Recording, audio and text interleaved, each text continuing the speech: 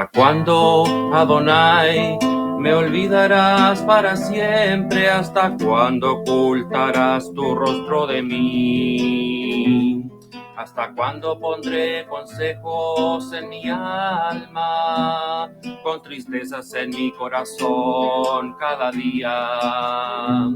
¿Hasta cuándo será enaltecido mi enemigo sobre mí? Mira, atiéndeme, oh Adonai, Elohai, alumbra mis ojos para que no duerma de muerte.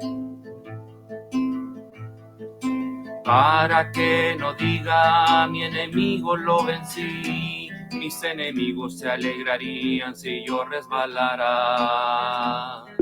Mas yo en tu misericordia he confiado, mi corazón se alegrará en tu salvación.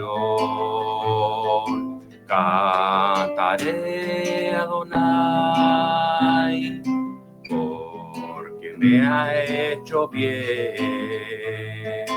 Cantaré, Adonai, porque me cumplió.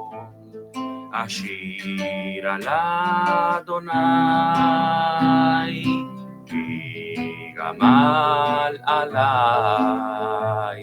Ashir al Adonai, ki gamal alai. Ashir al Adonai, gamal alai. Cantaré, Adonai, porque me cumplió. Cantaré, Adonai, porque me ha hecho bien.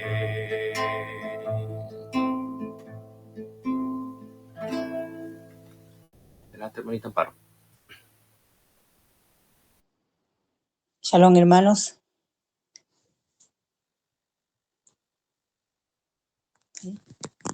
Saluden. Shalom.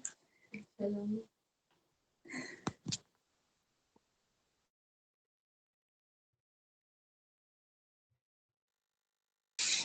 Vamos a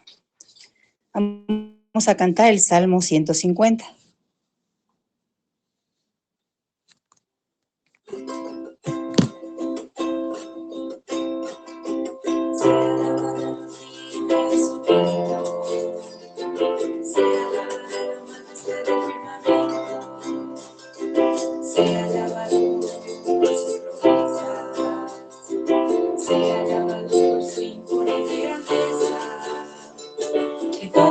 Respira, alabe a Adonai, que todo lo que respira, alabe a Adonai, que todo lo que respira, alabe a Adonai.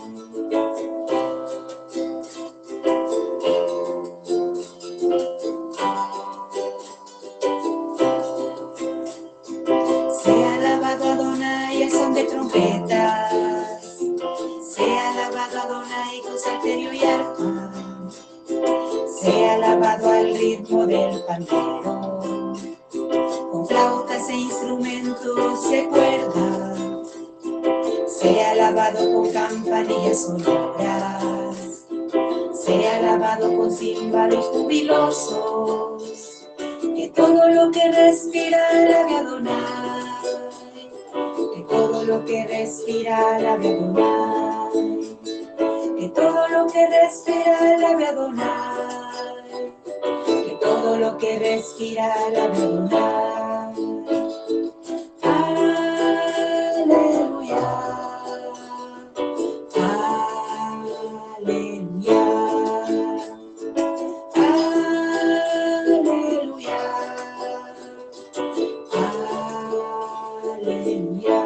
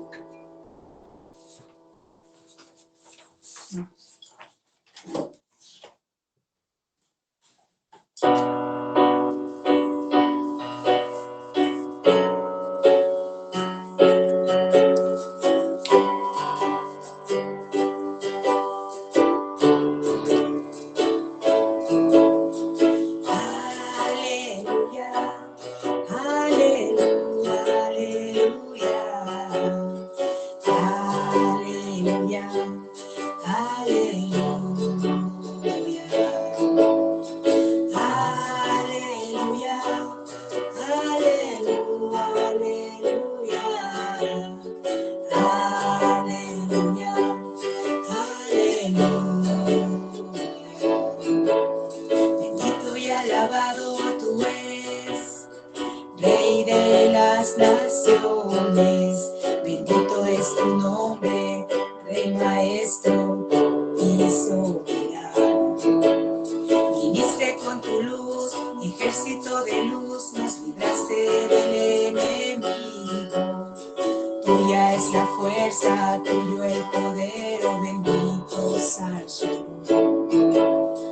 Aleluya, aleluya, aleluya, aleluya, aleluya. Aleluya, aleluya, aleluya, aleluya. Gloria a ti, eterno Rey, gloria a ti, bendito es tu nombre, gloria a ti, oh Santo Rey, Yeshua HaMashiach. Gloria a ti, León de Judá, gloria a ti, fuerte es tu diestra, eterno, omnipresente, omnipotente Elohim. Aleluya, aleluya, aleluya, aleluya, aleluya. Aleluya, aleluya, aleluya, aleluya.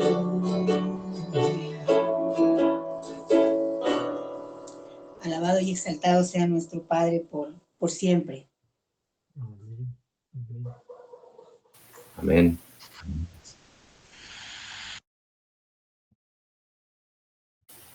Estamos al final de la reunión, después del estudio, la hermanita Elizabeth va a cantar el Salmo 1 y la hermanita Sorange, el Salmo, Yeshua es su nombre.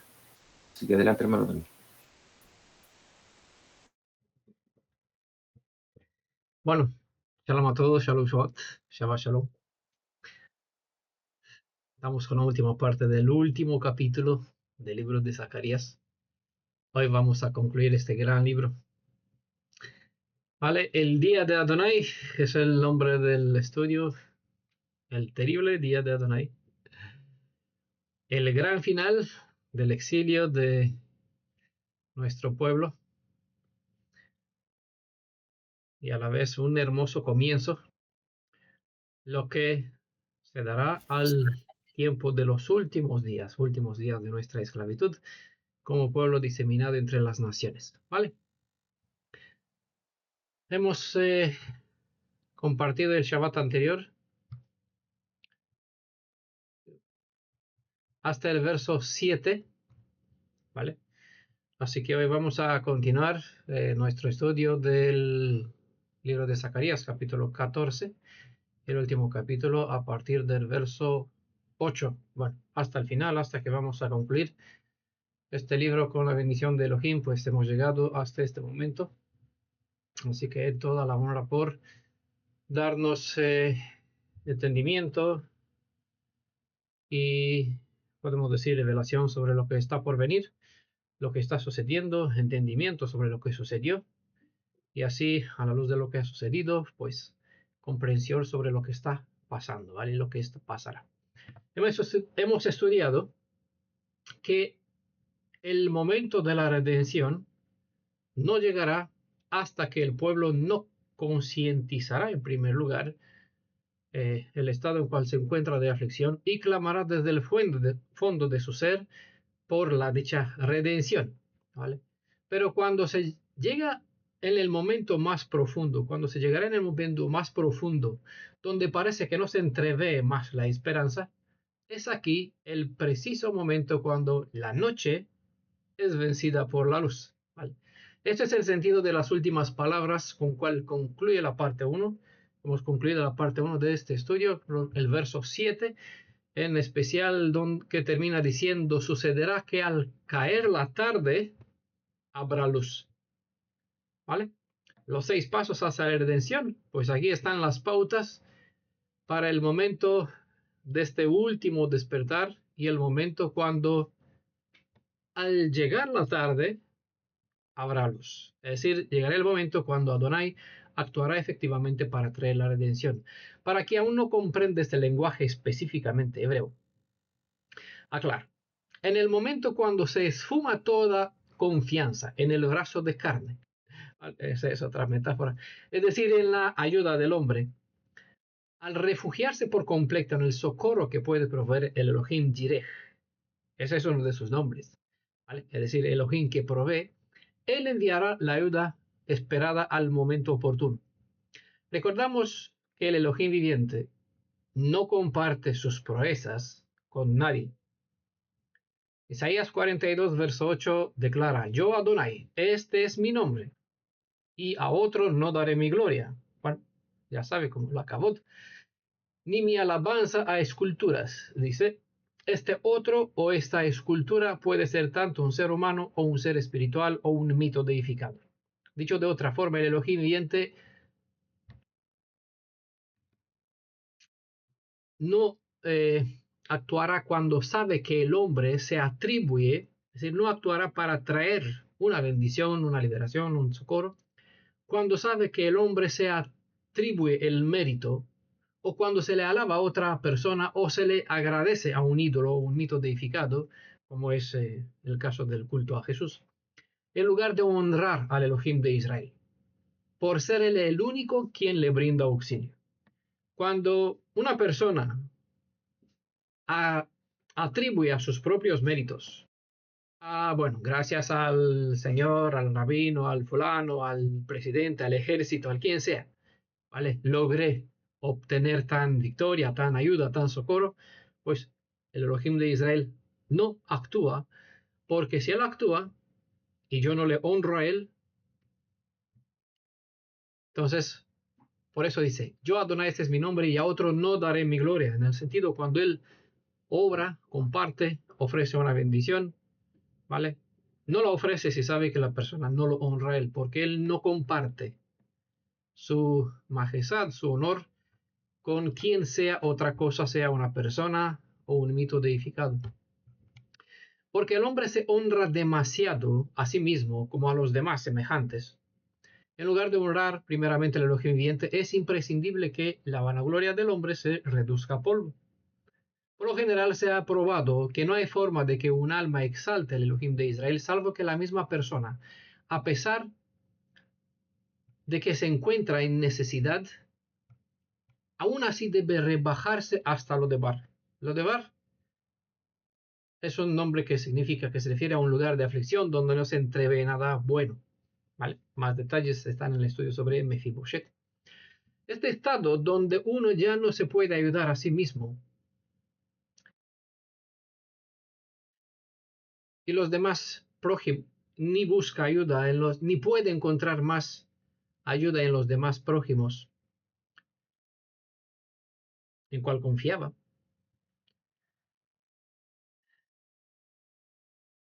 Es el momento en cual Adonai puede ofrecer su ayuda, ¿vale?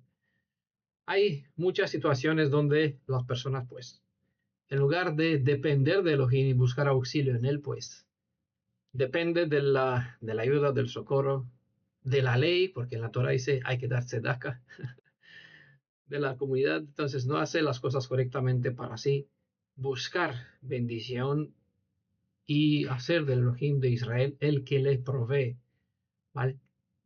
Entonces, llegará el momento cuando las personas, independientes de las necesidades en cuales se encuentra, debe rebajarse aún más hasta que estará en un contexto como Israel en Egipto, donde ni uno se puede ayudar a sí mismo, ni puede buscar a otra persona, porque obviamente la otra persona estará en la misma situación, ¿vale? Esta situación es ilustrado bajo el sentido de las palabras noche, ¿vale? ¿Crees que más batería esta noche? Bueno, ya veré cómo, ¿vale? Entonces, esta expresión que aparece al atardecer es el tiempo donde delante de tus ojos solo se avista la oscuridad. En otras palabras, falta la esperanza, ¿vale? Zacarías 14, verso 7, termina diciendo, a la hora de la tarde habrá luz. A la hora, eso es un detalle bastante puntual e indica que no es el deseo del Elohim de Israel a que su pueblo padezca, ¿vale?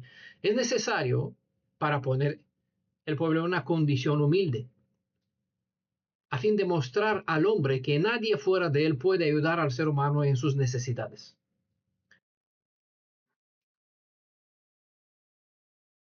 El caso que no es en la noche, a la hora de la tarde, dice, no en la noche, ni durante la misma, sino solo al momento, a la hora, como decir, cuando apenas comienzas a sentir el peso de la humildad, cuando apenas comienzas a disponerte solo con mostrar la primera inclinación en una humilde sumisión y confianza, es cuando Él se levantará en desplegar todo su arsenal de guerra a favor de sus hijos. Es decir, Él solo espera la más mínima señal de parte de su pueblo para tomar partida en el asunto de la redención final de estos tiempos. ¿Vale? No sé si comprenden aquello que expresa este último verso que hemos explicado la vez pasada, pero hace falta recalcarlo un poquito más, porque describe el sentimiento del Elohim de Israel, donde no quiere que su pueblo padezca. Por eso se indica a la hora de la tarde, el iniciar. ¿Vale? Y esto cuando tú sientes el momento de desesperación, donde más necesitas de auxilio, y ves que no puedes ayudarte a ti mismo, ya los soldados no te pueden auxiliar, la policía tampoco, no hay respaldo en los instructores, estás delante de una puerta que es cerrada, ¿qué haces? Vale. Entonces acudes al último remedio que debería ser el primero, a Elohim, haciendo de él tu tu salvador, ¿vale? El que te auxilia, el que te socorra, ¿vale?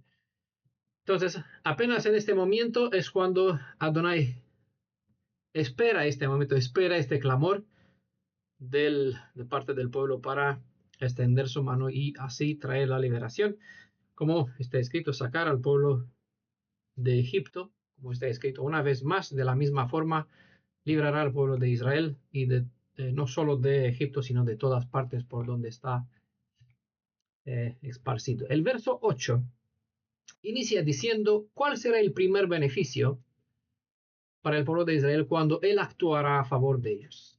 Así dice verso 8, según la edición Corona de Jerusalén.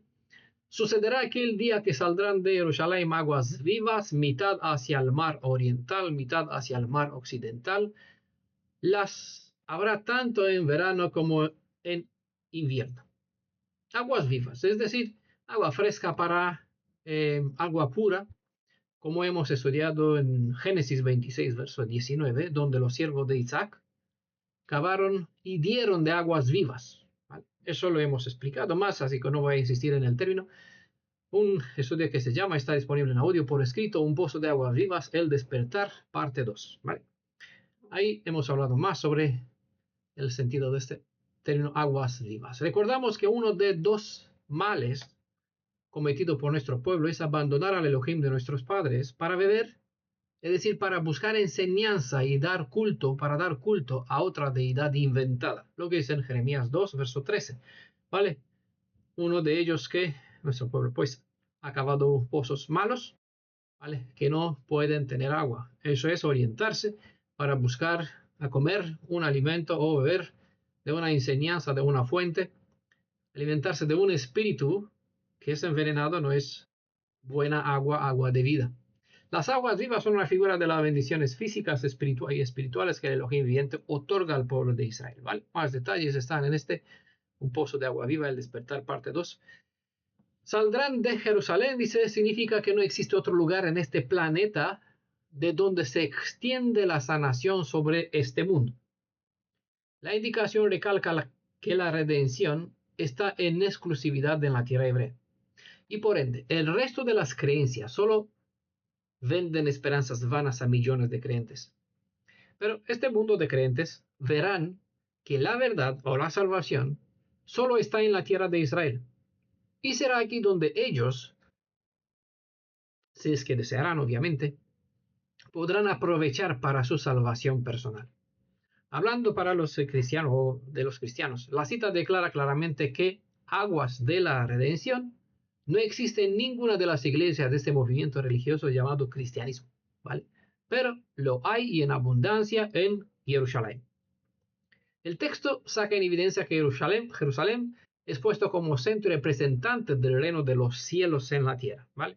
Entonces, una cita más para desmontar la dogma del reemplazo, una de ya decenas que hemos nombrado, y este capítulo pues tiene algunas piezas más. La mar oriental en realidad es el mar muerto, el mar occidental es el mar Mediterráneo, para ubicarse así en espacio. Ya todos creo que tienen la imagen del mapa donde está Israel. Verano e invierno, dice, las expresiones indican que este agua corriente ni se secarán por el calor del verano, ni se congelará por el frío, es decir, siempre fluirá. Eso quiere decir, es una promesa de que a partir de este momento, la redención y por ende la bendición de la restauración estará para siempre establecida en medio del pueblo de Israel. No habrá más estado negativo. Eso es lo que indica las expresiones frío y calor, que son dos extremos, que impida el correr de la bendición, ¿vale? El calor se refiere a un tiempo también de juicio, donde por lo general el viento que trae calor seca todo, es decir, destruye, lo que hace el concepto del término este, y el frío también pues anula. Es el otro extremo donde uno no puede beneficiar de nada.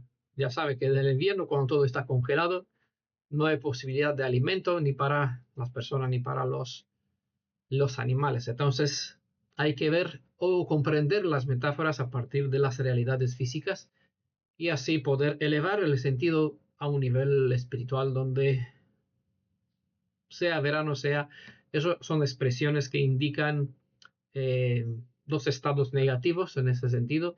Pues no será el caso, porque no habrá algún estado negativo que impida la disponibilidad, el derrame, bueno, de esta bendición. Los dos mares, el oriental y occidental, el muerto y el Mediterráneo, representan también dos extremos. Hay vida en el Mediterráneo, mientras que todo cuanto se vierte en el mar muerto muere. La mención de los dos mares alude al hecho de que la promesa de la restauración, junto a la suma de las bendiciones que la redención trae, alcanzará a seguir dando vida a los que es vivo, ¿vale? Seguirá bendiciendo al que ya está bendito, y también hará posible vivir o revivir hasta aquello que parece muerto. El mar muerto es el símbolo que describe el estado de todo aquel que ha sucumbido en el... ¿Ha sucumbido? ¿No? ¿Vale?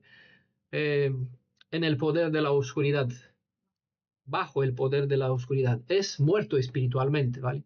Un ser, está vacío de la presencia del Redentor, ¿vale?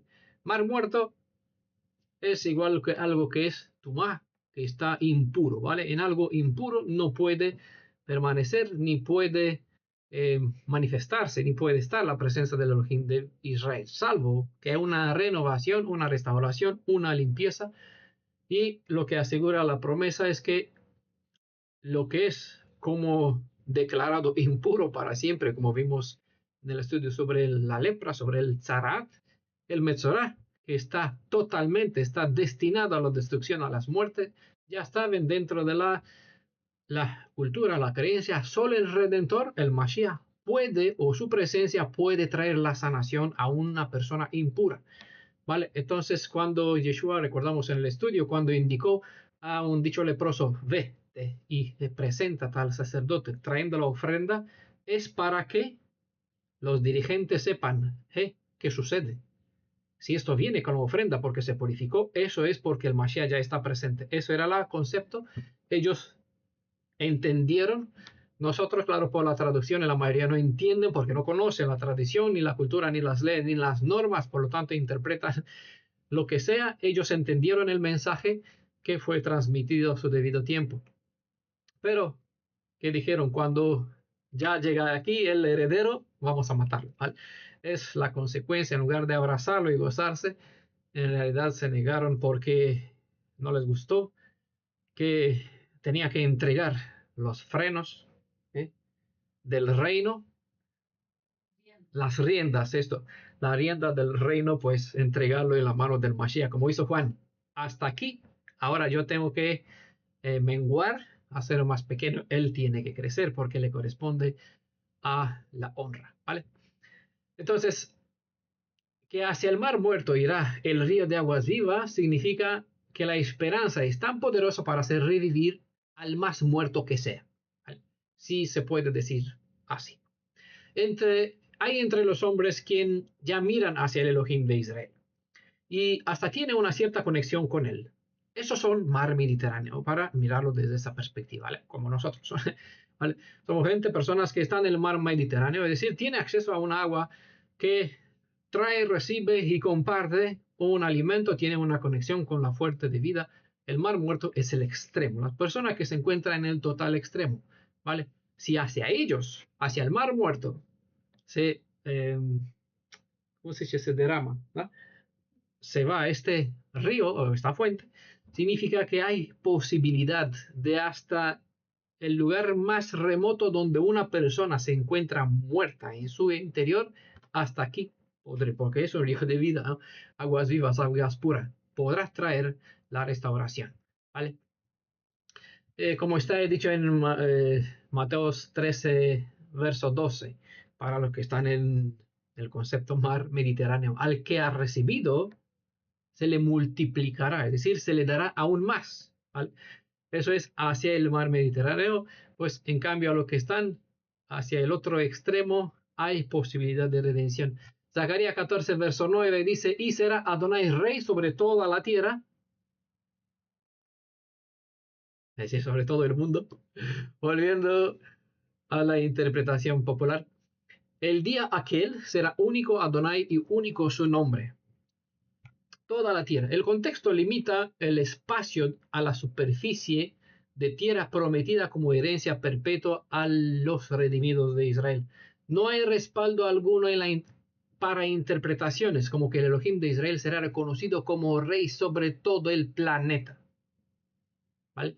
Todas las evidencias recalcan que el Elohim de Israel volverá a ser rey sobre el pueblo que él ha elegido como pueblo suyo de entre el resto de las naciones del mundo. ¿Vale? A lo largo del tiempo, en la mayoría de los estudios hemos presentado detalles, ¿vale? Que respalda o que corrobora que la expresión toda la tierra no se refiere a todo el mundo, todo el planeta, como se suele interpretar, sino que estrictamente hablando de la tierra de Israel en este contexto. No significa que a su debido tiempo todo este planeta volverá en sus manos. Pero de momento hay un proyecto donde 6+1, donde las cosas están así. La tierra de Israel le pertenece al Elohim de Israel. El Elohim de Israel tiene que volver a ser rey sobre la tierra de Israel. Y algún día al usurpador, al rey impostor sobre este planeta se le quitará aquello que se asumió, que robó, ¿vale?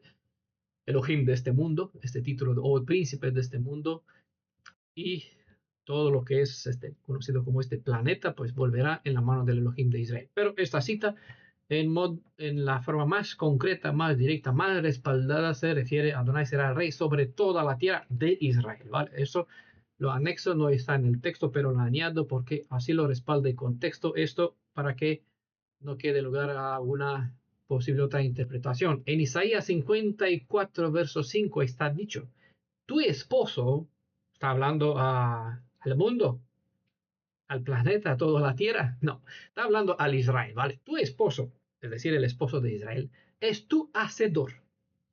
Adonai Tsebaot es su nombre, es decir, Adonai Elohim de los ejércitos. Y él que te rescata, el santo de Israel, Elohim de toda la tierra se llama. Es como traduce esta edición, Corona de Jerusalén. Hacedor no se refiere al atributo de ser el creador, sino que el que engendró a Israel. Eso es, hacedor aquí es igual a padre, ¿vale? Padre es el Elohim o el Elohim viviente, solo se llamó para el pueblo de Israel, quien fue constituido como hijo suyo. Nunca se habla de otras naciones. Por lo tanto, si en el cristianismo está la oración Él habla en el rosario, Padre nuestro que estás en los cielos.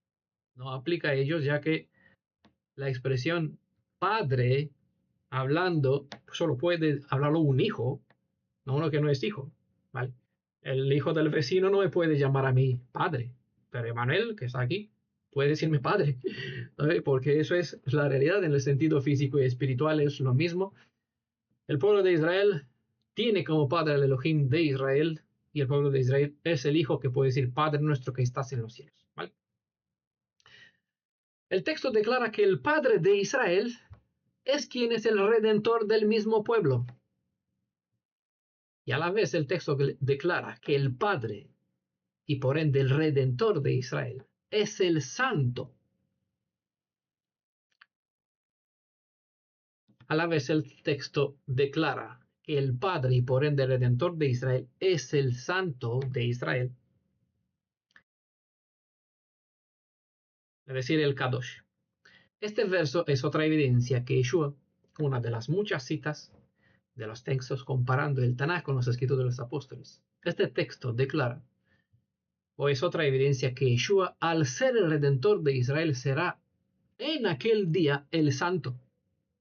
También se enfatiza que Yeshua, al ser el santo de Israel, es por ende el rey de Israel, y a su vez la suma de todas las evidencias indica que el pueblo de Israel tuvo y tendrá solo al Elohim viviente como rey. De modo que Isaías 54, verso 5, declara que Yeshua es Adonai. ¿Vale? Mirando la cita, dando una vuelta o mirando desde esa perspectiva, haciendo análisis de los textos, desmontándolo y volver a armarlo, es lo que expresa.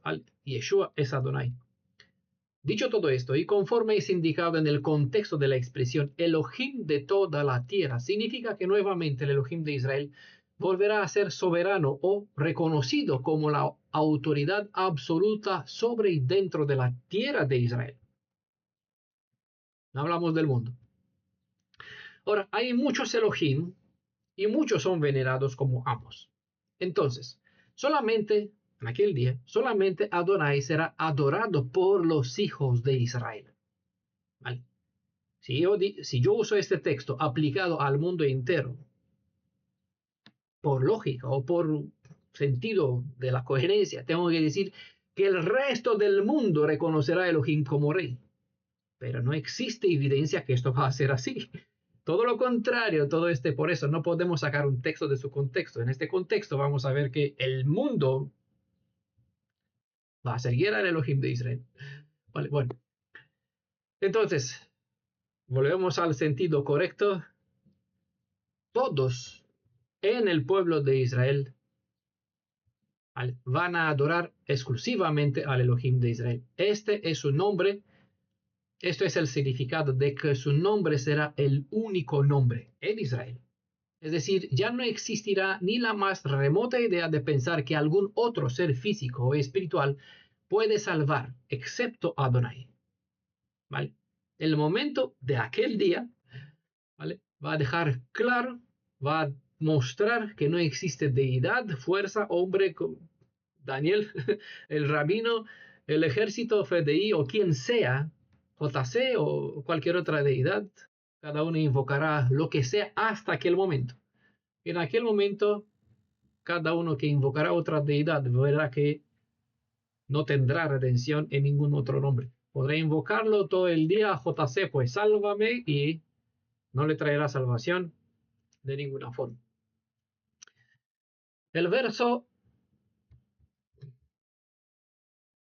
9 también recalca que por el hecho de que el Elohim de Israel volverá a tener total dominio sobre la tierra como sobre los súbditos de su reino, significa que Israel será otra vez reconocido por el Elohim viviente como su exclusivo pueblo.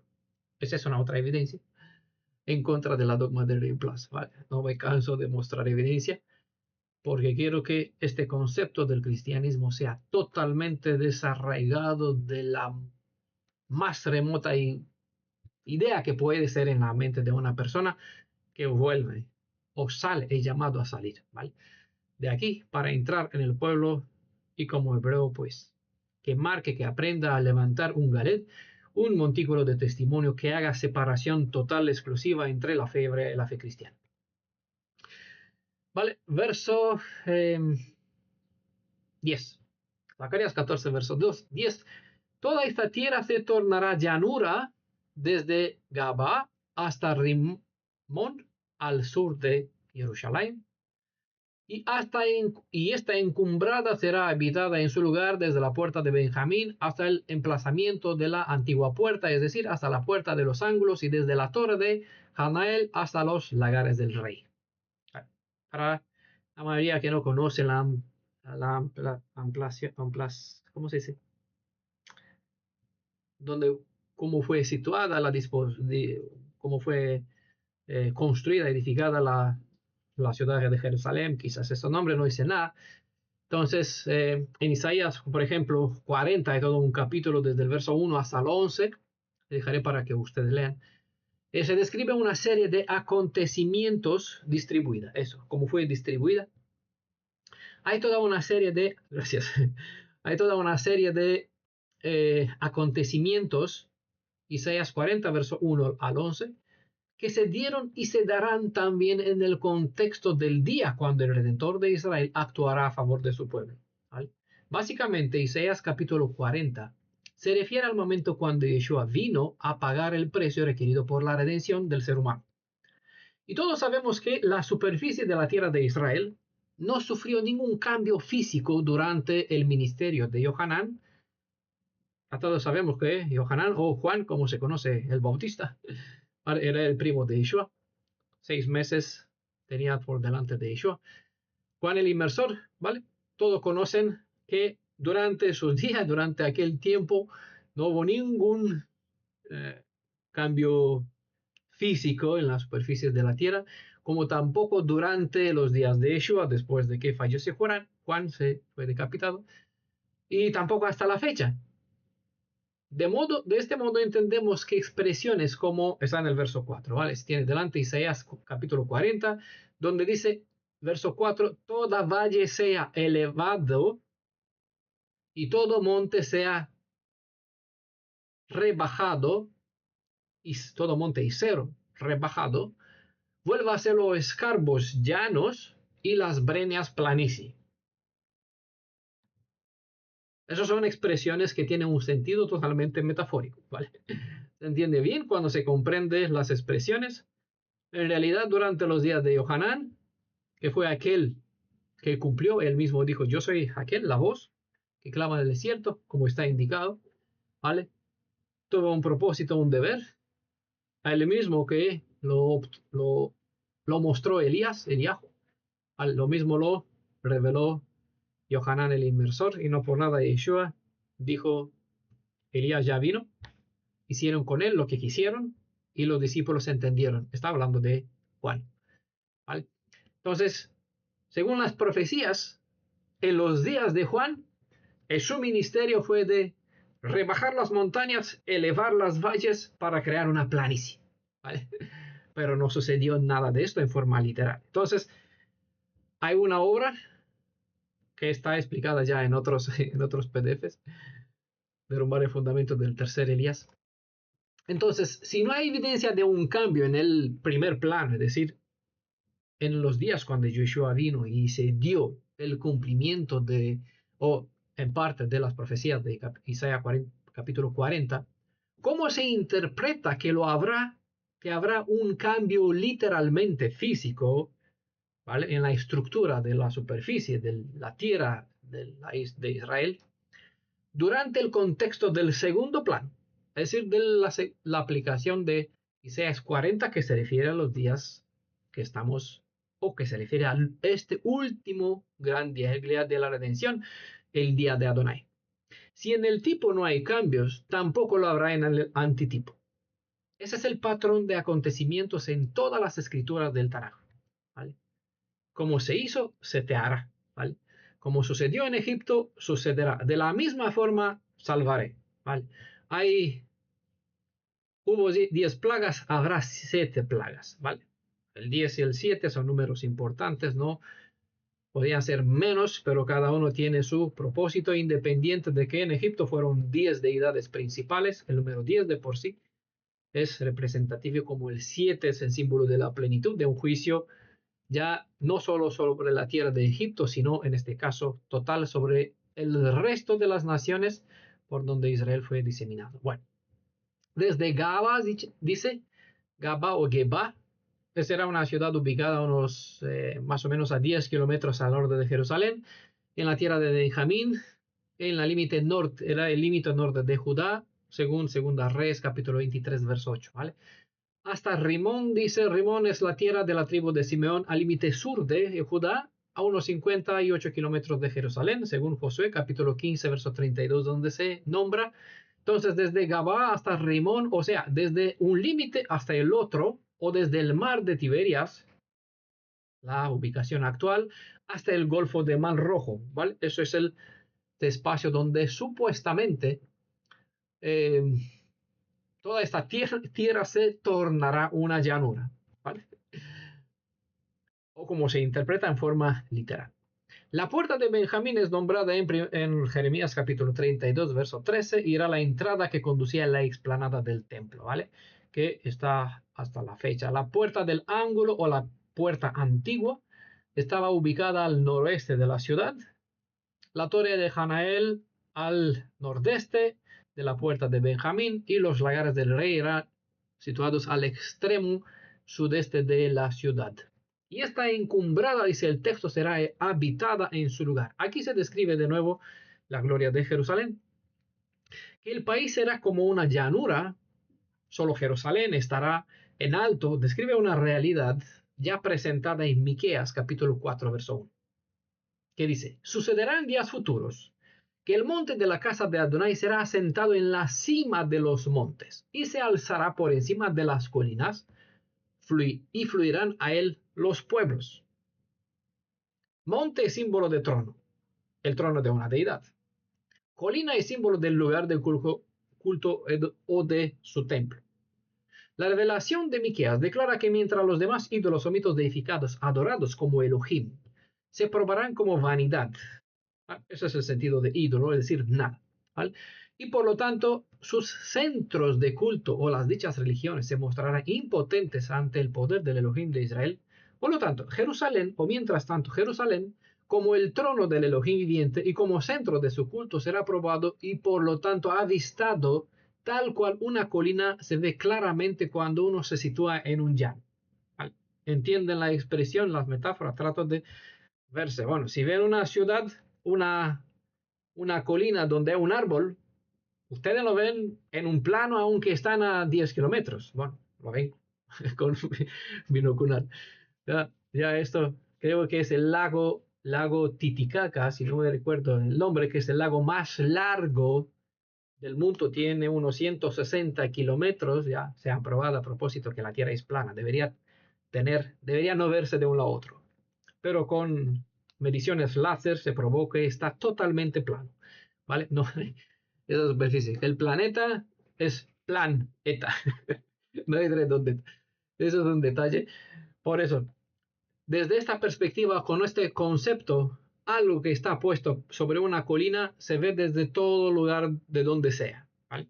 Entonces, ese es el sentido que se trata de decir, como todo será allanado y este estará exaltado, es decir, será algo tan visible, no queda lugar a duda que tú no, es decir, no queda forma alguna que tú no observes. Debe ser demasiado ciego o negar la realidad que ves, ¿no? Será la forma como quedarán tan claro, ¿ah?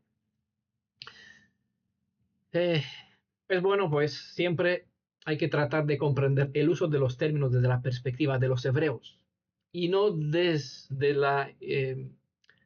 los ojos, desde la perspectiva de los intérpretes ajenos a la cultura de nuestro pueblo.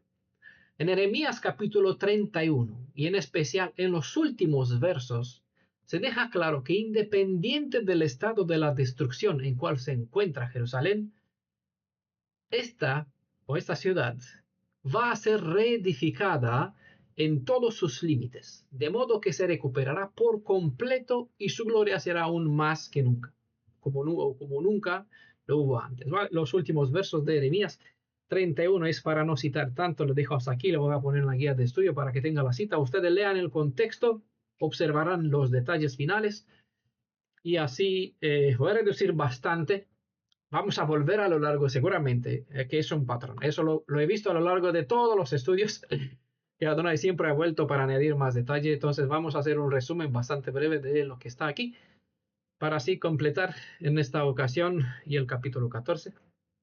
Pero seguramente vamos a volver con más detalle cuando tocará otros estudios. Verso 11 de Zacarías 14 dice, se habitará en ella y no habrá más anatema. Jerusalén será habitada en seguridad. Bueno, se recalca. En Apocalipsis 22, verso 3, es donde se hace alusión a este texto, donde dice que en ella no habrá ya maldición alguna, traduce. Hemos dicho, y voy a repetir siempre, cada 3 de 4 palabras de Apocalipsis son citadas del Tanaj. Para entender Apocalipsis hay que conocer el Tanaj, ¿vale? Zacarías 11, 14 es de donde se cita Apocalipsis 22, 3. El término hebreo jerem básicamente se refiere, que está aquí en el texto traducido con anatema, se refiere a algo que es prohibido por las leyes de pureza. Conforme a la Torah, toda cosa hostil, anatema o jerem, ¿vale? Hostil a la Torah es algo que es destinado a ser destruido. No importa la cosa, la persona, incluso que sea. Si es jerem, ¿vale? Está destinada a ser destruida. Por lo que no es conforme a la Torah no tiene respaldo, no está justificado. Tiene que ser, por lo tanto, queda en el juicio de ser entregado a la destrucción. El texto declara que el estado de la nueva Jerusalén será puro, de modo que no se permitirá impureza en ella, porque la impureza atrae la destrucción. Y por ende todo lo que trae destrucción es sinónimo de la maldición o de algo que es anatema. Recuerden a la ciudad de Jericó. Fue declarada anatema y por lo tanto destinada a ser destruida por completo ella y todo cuanto hay en ella. Cuando algo de ella fue sacado, donde fue ubicado aquella cosa destinada a la destrucción, trajo destrucción. ¿Vale? Por eso lo que está Jerem es para ser destruido, es para ser sacado fuera de Israel, porque si hay Jerem en Jerusalén, Jerusalén será destruido por el que donde hay rama hay raíz, ¿vale? Y el mal tiene que ser desarraigado por completo. Por eso se indica, en ella no habrá más anatema. Será habitada en seguridad, es la parte que todo mal será sacado fuera. Si hay Jerem dentro de Jerusalén, no hay seguridad, ¿vale? Ese es el juego de las expresiones para que entienda. Por lo tanto, para que haya seguridad hay que sacar todo lo que es jerem, todo lo que es hostil, lo que es impureza, anatema o destinado a ser destruido. Jericó fue destinado a destrucción, excepto una persona y gracias a ella se salvó su familia, ¿vale? Excepto Rahab. Eso está en Josué capítulo 6, verso 17, donde se indica que anatema fue declarada la ciudad de Jericó, ¿vale? En Isaías 31, verso 40, está la profecía paralela a Zacarías 14, verso 11. Dice, se habitará en seguridad, es decir, no se volverá a ser, no volverá a ser nunca más destruida, y esto porque no habrá más pecado en ella. ¿Vale? Shalom. Si no hay pecado, hay vida. Si hay pecado, hay muerte, hay destrucción. ¿Vale? Si se vive en seguridad, es que lo que es impureza o desde la perspectiva de la Torah considerado como hatá, es decir, transgresión, eso tendrá que eliminarse por completo. Persona, ¿vale? O objeto. Cuando no habrá más pecado en Jerusalén, ¿qué habrá? Lo dice Isaías capítulo 65, verso 20 a 22. Tendrá larga vida. ¿Qué más habrá? Lo dice Isaías 2, verso 4. La paz. Tendrá shalom. ¿Qué más habrá? Honor, dice Isaías 60, desde el verso 14 al 16. ¿Qué más habrá? Un gobierno justo. Lo dice Isaías 54, verso 14. También Isaías 60, verso 18. Entonces, de regreso al tema, porque el capítulo entrelaza asuntos, de regreso al tema de los pueblos adversos, que se han levantado en contra de Israel, la justicia declara la sentencia sobre ellos. ¿vale? Porque hay tiempo de juicio. Hay mientras tanto algunos otros asuntos con el Estado de Israel que le sucede mientras tanto al pueblo de Israel.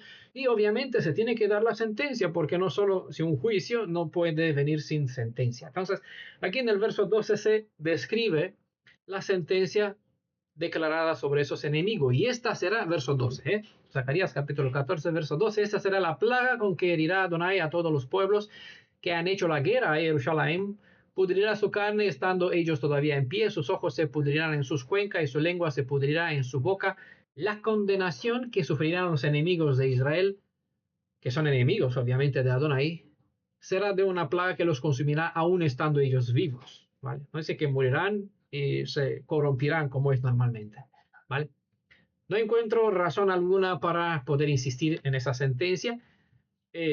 Esto ya lo padecerán ellos, no necesitamos saber nosotros más detalle, cómo, qué, cuándo, de qué forma, ¿vale? Claro que es, creo que es un asunto demasiado triste y horrible, pero bueno, lo que uno siembra, cómo actuará, recibirá. Verso 13 dice, y cundirá aquel día entre ellos, es decir, entre los ejércitos enemigos, un inmenso pánico de Adonai. Agarrará cada uno la mano de su prójimo y levantarán la mano unos contra otros.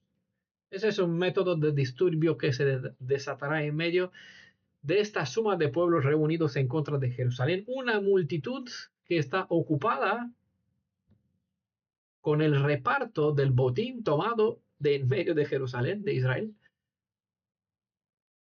El detalle o los detalles de aquí: levantarán la mano uno contra otros, entrará el pánico entre ellos, devuelve nuestra atención a situaciones semejantes dadas en la historia del pasado de nuestro pueblo, donde en varias ocasiones eso sucedió, se ayudaron a exterminarse a sí mismos, ¿vale? A ellos mismos.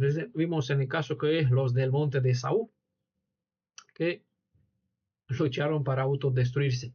Una hermosa profecía paralela a este contexto está en Miqueas capítulo 7. ¿Vale? Solo voy a dejar el capítulo para que ustedes lo lean en paralelo, donde nuevamente se indica que los eventos de la redención futura serán a la semejanza de la liberación de Egipto. ¿Vale? Miqueas 7 dice, como en los días de tu salida de la tierra de Egipto. Por eso le dice, hay tipo y hay antitipo. Hay un patrón de las cosas. No nos podemos ir por las interpretaciones fuera de contexto, porque la fe hebrea está marcada en leyes, patrones, indicadores, bueno, señales. Entonces, aquí se nos indica tipo y antitipo, ejemplos o lo que podemos observar para poder comprender lo que sucederá, ¿vale? Como en los días de tu salida de la tierra de Egipto, te mostraré milagros, ¿vale? Vieron, verán.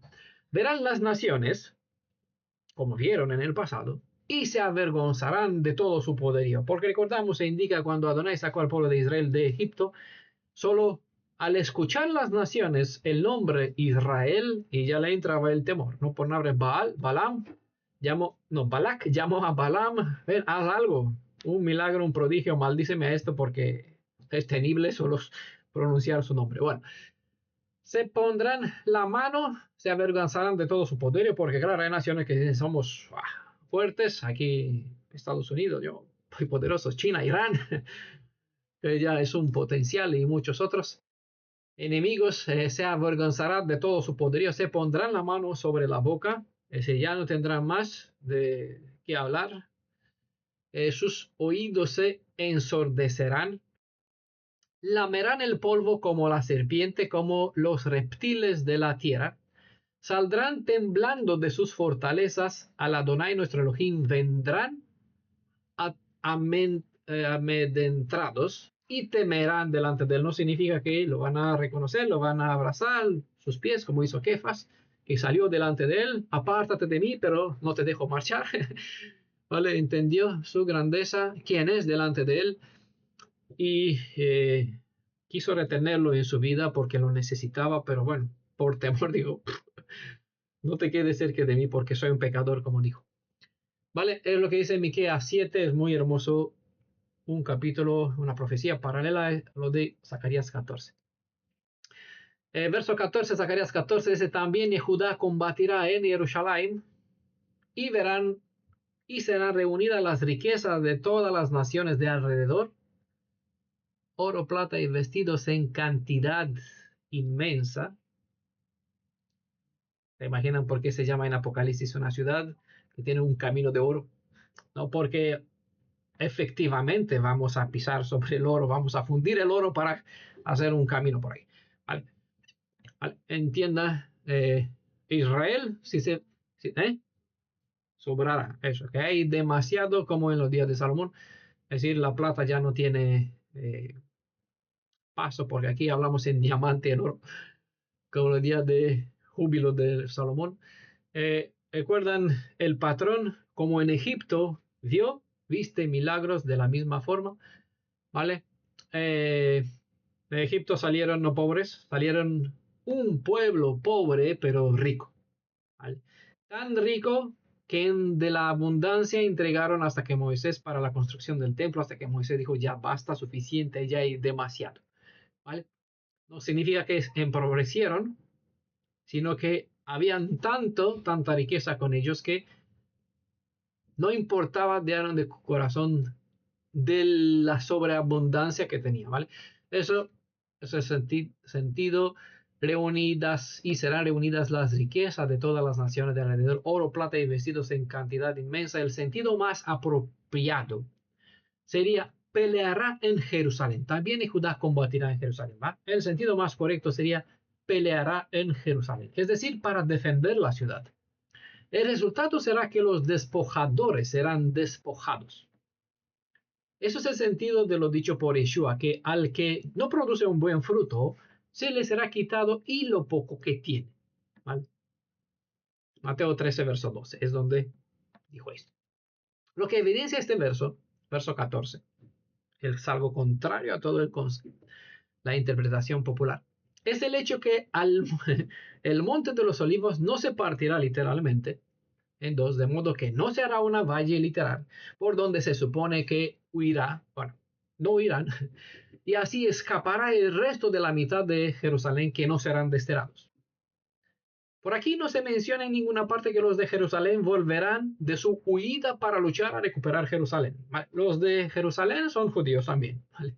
Hemos dicho que hay una razón por la cual se separa Jerusalén de Judea, pero Jerusalén está en Judea y los que están dentro de Jerusalén son judíos, ¿vale? Entonces, se entiende, ¿vale? Entonces, no hay ninguna cita por aquí que diga que los que huyeron volverán de su huida y así se pondrán a luchar en contra de los ocupantes, ¿vale? No hay razón para creer que mientras esta mitad está huyendo por la dicha valle, para esconderse en algún lugar donde van a huir, para esconderse en algún lugar, no se dice dónde, dice que están huyendo, ¿dónde? ¿Y para hacer qué? Bueno, el texto literalmente se queda corto, por eso no hay que seguir dando vuelta a buscar un sentido literal, porque tendrá mucho cabo suelto esta idea.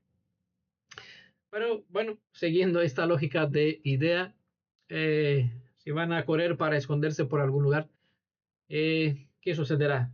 El resto de los judíos, entendemos los que no son moradores dentro de Jerusalén, ¿qué harán? Vengan hacia Jerusalén para vengar a los caídos y para recuperar la mera ciudad. Según la lógica de los que quieren interpretar estos versos en la forma más literal posible, la ciudad quedará vacía de sus habitantes, ya que la mitad huirán y la otra será llevada fuera de Israel, pues la conclusión es sencilla, quedarán vacías. ¿Vale? Aquí no está en juego el honor del pueblo, sino el del Elohim de Israel. A fin de cuentas, estos pueblos adversos no vienen solo en contra de los de Judea, sino en contra del Elohim de Israel, aunque ellos no lo saben. Por lo tanto, estamos hablando de una lucha cuyo nivel es más bien espiritual que físico, razón por cual debemos elevar nuestro entendimiento a comprender el uso metafórico de los términos literales o físicos en estos capítulos. Recordamos que las metáforas son términos, estados, situaciones físicas, a cual se le carga un mensaje adicional o se elevan a un nivel superior de enseñanza y revelación. Para la comprensión de las metáforas siempre es bueno revisar el uso de la aplicación o la aplicación literal del término, estado o situación que viene a ser usado como medio de enseñanza que encripta una realidad superior. Creo que les he liado. ¿Vale? Pero bueno, he repetido lo que ya he explicado en otros contextos, pero lo he dicho de una forma más. En los capítulos anteriores hemos visto que los capitanes de Israel se armarán de virtud al ver que los moradores de Jerusalén harán del Elohim de Israel su fuerza. Entonces, el capítulo 12, el verso 8, deja evidente que los que permanecerán en medio de Jerusalén no huirán, literalmente, ¿vale?, sino que se volverán en el poder de Adonai con el ánimo de David en contra de los enemigos de Israel. ¿Vale? Por eso yo no puedo sacar este verso y decir, pondrá su pie, se separará los montes, que hará una valla desde aquí para que huyan el resto que quedó, porque la mitad será llevada fuera, ¿vale? Hemos visto que hay razón para que esta mitad y por qué esta mitad tiene que ser sacada, botada, llevada en esclavitud, lo que sea, fuera de Israel. No importa lo que les suceda a estas personas, tienen que abandonar y dejar que esta ciudad vuelva a recuperar su pureza. Y la mitad que queda, ¿vale?, buscarán socorro, refugio en Elohim. ¿Qué hará con ellos? Los pasará bajo la vara, los pondrá en el fundidor, los purificará para que se conviertan para que puedan andar y permanezcan en una calle y andar en una calle en una ciudad de santidad. ¿Vale? ¿Vale? Tengan en cuenta que no se puede sacar este verso, este capítulo, de su contexto de esos últimos, desde el capítulo 8 hasta el 14, hay un contexto. ¿Vale? En este contexto hay detalles que yo los tengo que tener en cuenta porque están unos sobre otro o se entrelazan. ¿Vale? Por eso, de vuelta al capítulo 12, verso 8, yo no puedo entender que esta mitad huirán por una valle de una que se abrirá por este monte, porque aquí me lo dice que ¿qué harán? ¿Volverán de donde huyeron? Entonces, ¿para qué huyen? Huyen, me quedo por aquí 2 semanas, hago un ejercicio, un entrenamiento militar, porque Adonai aquí se pondrá aquí como jefe de los ejércitos y dará una instrucción, una formación de vanguardia, y volverán armados hasta los dientes y comerán a todo enemigo que está. Podemos armar una película, ¿no? Bastante chula. Sería, ¿verdad? Bueno. De lo que sepamos, David, ya que ello se compara con David, con la valentía de David, de lo que sepamos, de lo que nosotros conocemos de la historia, digo entre comillas, ya es redundante lo que decimos, pero bueno, para ponerlo así, David nunca huyó de sus enemigos, excepto el caso de Shaul. Pero aquí no estamos hablando de enemigos adentro de Israel, no son esos aquí, sino los gentiles, los pueblos, las naciones que vienen contra, ¿vale? Estamos hablando de enemigos gentiles, no de los internos como fue Shaul, ¿vale? Por eso hay que poner las cosas en su sitio. Ante los filisteos y sobre ellos, David siempre mostró valentía y obtuvo victoria, de modo que el resto de los habitantes de Jerusalén son asemejados a David, pues toman ejemplo de las virtudes de guerrero y de este para comprender el estado a cual se elevarán aquellos que permanecerán en Israel. ¿Vale? No irán en el sentido literal, no tiene sentido dentro del... O tengo que anular el verso 8 de capítulo 12, o darle otra vuelta, una interpretación para que... ¿vale? Así nosotros lo ponemos en un contexto donde al menos yo lo veo transparente. ¿Vale? No hay un sentido literal, hay bastante sentido metafórico. Yo tengo que entender el sentido para ver el nivel de magnificencia, de poder, de valentía, de purificación, de restauración. Bueno, otro nivel conforme a los principios de la Torah, de cual se habla en este capítulo. El texto declara que a Jerusalén se juntará el resto de los habitantes del actual Estado israelí. Aquellos que sobrevivirán, de modo que apenas aquí, porque hemos visto en el capítulo anterior, una parte de Israel será destruida y una parte de Jerusalén será llevada, ¿vale? Entonces, lo que habla aquí el texto que estas dos partes restantes que permanecen juntarán, se volverán a ser un ejad, ¿vale?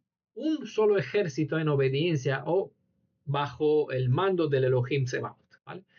Hablando sobre la casa de Judá, hemos estudiado en Zacarías capítulo 10, verso 5. Por eso, ley sobre ley, mandato sobre mandato, poquito aquí, poquito allá, para entender lo que es Emet, lo que sucederá, ¿vale? Zacarías 10:5 describe como bravos que combatirán, de modo que serán confundidos los de la casa de Israel, serán como bravos, como Giburim, que combatirán, de modo que serán confundidos los enemigos que apenas se mofaban sobre el botín de Jerusalén, ¿vale? O ya estamos en gloria, repartimos el botín, a eso llevamos esclavos, los otros están refugiados aquí escondidos, buscando fortalecerse y entregarse en Adonai para que aquí se convierta en un proceso de bastante rápido, viertan la suerte de ellos en aquella hora, ¿vale? En el día de la tarde, en el atardecer, es decir, no en el momento o durante la noche.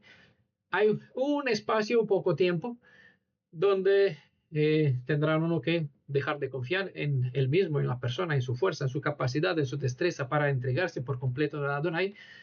Y en este momento, junto a lo que nos sucede, la preparación que para el resto del pueblo de Israel pues se juntarán todos en un solo corazón, una sola persona. Nunca, lo que nunca han entendido, lo que nunca ha entendido el adversario de nuestro pueblo, es que en su intento de dividirnos,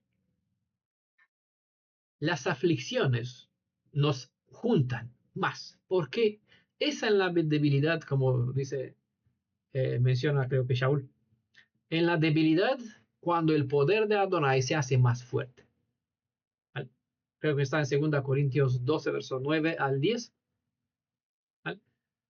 Puedo todo en el Mashiach que me fortalece, y en la debilidad, es la otra cita, en la debilidad es donde el poder de Elohim se hace más fuerte, pues lo que el mal no entendió es que cuanto más buscó a dividir a Israel, más logró juntarlo, y es lo que se dará en este contexto, lo que se expresa este verso,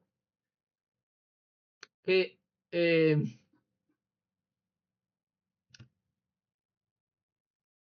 hay un pegamento que hace que a los hijos de Israel se junte en un solo hombre, en un solo corazón, ¿vale? Entonces, en medio de la aflicción se despierta el sentimiento de esta unidad.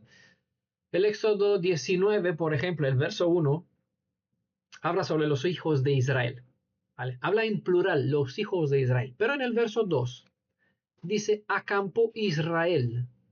Y aquí habla en singular, no dice acamparon, como por lógica debería decir, ¿vale?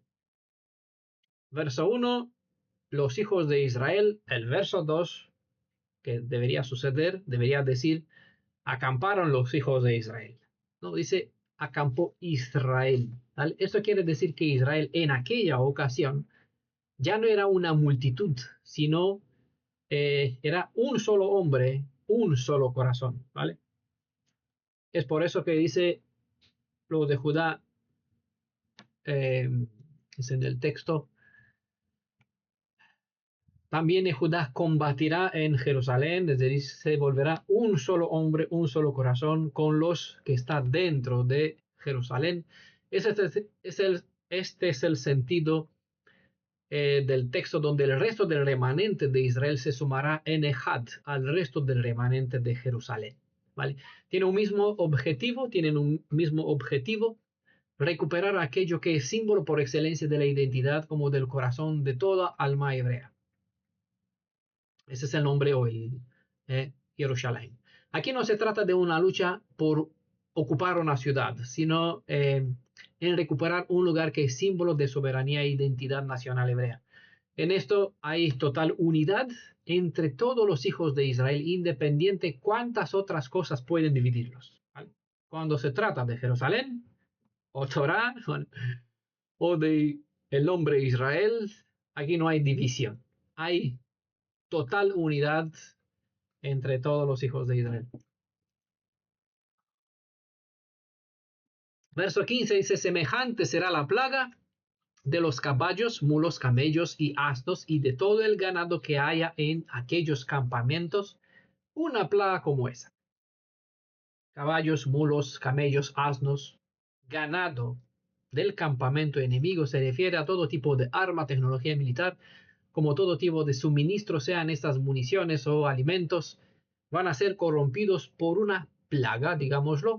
En términos modernos sería un virus, ¿vale? Actualmente casi todo en cuanto a equipamiento militar es manejado a nivel informático, de modo que podríamos decir que un hackeo o un virus informático hará que todo equipamiento militar deje de funcionar debidamente, como se indica en Zacarías 9, verso 15, de modo que estas armas alcancen su blanco. ¿Vale? Aquí se explica el por qué. Tirarán, pero pisotearán las piedras de onda. Dice Zacarías 9, verso 15.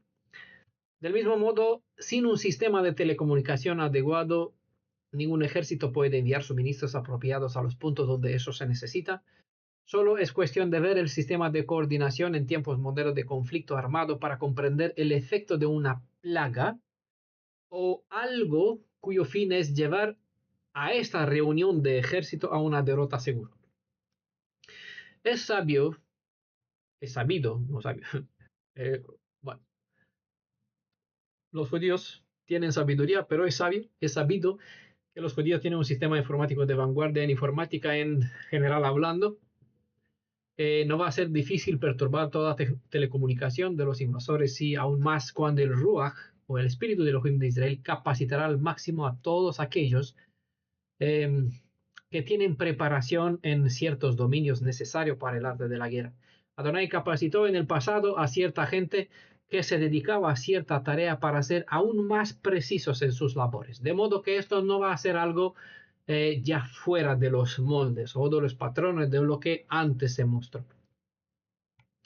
Verso 16, y todos los sobrevivientes de todas las naciones que haya venido contra Jerusalén subirán de año en año a postrarse ante el rey Adonai Sebaot y a celebrar la fiesta de las tiendas, es decir, Sukkot. ¿Vale? Como está escrito en Isaías 66, verso 19, aquello que le sucederá a los pueblos que fomentan un espíritu adverso en contra de Israel será una noticia tan viral en todo el mundo, de modo que el temor por el nombre de Elohim de Israel llenará el mundo tal como sucedió en los días del pasado, cuando Israel fue librado de la esclavitud egipcia. Sukkot es un festival, es una festividad de gran importancia para los hijos de Israel. Y no es casual que con el retorno de Babilonia celebraron por 7 días la festividad de Sukkot. Tampoco es casual que en esta precisa última festividad se presentaba la reunión de la última cosecha, la de los frutos más sabrosos, y esto para aludir a los que van a ser redimidos al final de estos tiempos. Hay una experiencia más sabrosa que la adquirirán madura, ¿vale? Se madurará el sabor, la dulzura de la experiencia en los corazones de aquellos que, como fue el caso de Juan, al Hanan el Inmersor se considera el mayor de los profetas, no por ser el más grande, sino con mayor lo pone por encima de Moisés, ¿vale? Porque Moisés habló con Elohim, ¿vale? Yohanan y todos los demás, e incluso Elías, habló sobre Elohim, manifestó, fue el lance o el medio a través del cual él mostró su poder, pero Yohanan estuvo en su presencia, habló con él, lo sumergió, ¿vale? Entonces por eso se le honra aún más, porque tuvo una conexión más cercana, más apropiada con él, aunque no tuvo mucho tiempo para estar juntos y hablar. Por eso se compara la experiencia de la última cosecha de los redimidos como la más sabrosa, más dulce, del más olor, porque experimentarán un momento en cual solo los hijos de Israel que salieron de Egipto lo experimentaron. ¿Vale? Pero hay algo específico dentro de esta última festividad que tiene que ver con las naciones gentiles. Conforme en Salmo 118, verso 15, en las cabañas, ¿vale? O en Sukkot. En Salmo verso 15 habla de cabañas, de tiendas. No usa el término Sukkot, pero cabaña son las tiendas que se arme, es un azúcar. Una tienda, una cabaña es un azúcar. De aquí el nombre de Sukkot, ¿vale? Entonces, conforme al Salmo 118, verso 15, en las cabañas o en Sukkot, Israel celebra una festividad de un gozo peculiar en el pueblo hebreo. La diferencia es que en esta ocasión, y tras la cosecha de los hijos de Israel de entre los países del mundo, la séptima festividad hebrea ha de ser celebrada también por los visitantes de los países gentiles. ¿Cómo es eso? Porque se suele saber que en Sukkot es una festividad para el pueblo hebreo y no para el mundo gentil. ¿Cómo va a ser esto posible? Pues también hemos estudiado durante la convocación del último Sukkot anterior que el total de los toros que se tenía que sacrificar durante los días de Sukkot suma el número de la plenitud de las naciones del mundo. Es decir, había 70 toros que se sacrificaba. Eso para aludir al número 70 son las naciones del mundo, no que son 70 en el mundo, sino que 70 es un número dentro del concepto hebreo se incorpora el resto de las naciones independientes. ¿Cuántos hay? 7 es el número de la plenitud. 70 por excelencia, aquí está la plenitud de las naciones, ¿vale? Ese es el valor del número 70. No es casualidad que en esta específica festividad se insta en la Torá a que sea una festividad de puertas abiertas. Eso en diferencia del Pesaj, que es de puertas cerradas, ¿vale? Una celebración de puertas cerradas. Es decir, que Sukkot sea tu tiempo para invitar gente ajena a la fe hebrea, gente que desea acompañarnos durante el festival o el séptimo festival. Séptimo festival, 7000 años, bueno, hagan las cuentas. Tampoco es casual que hacia el final de esta séptima convocación, Yeshua se puso de pie en medio de la reunión y gritó a voz alta que todo aquel que desea el agua viva, venga a él, quien es el verdadero pozo de aguas vivas. ¿Vale? Eso está en Juan 7, verso 37. Hemos hablado sobre creo que en 3 estudios.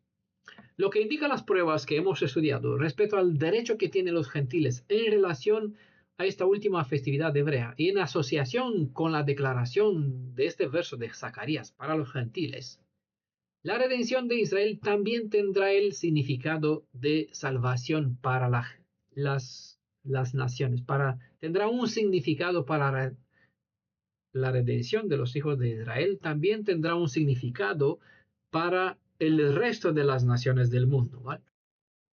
El mundo gentil tendrá en el pueblo hebreo un ejemplo, un camino abierto, ¿vale? Porque verán como un pueblo desechado ha encontrado el camino de regreso para recuperar la majestad que tenía en tiempos de antaño, ¿vale?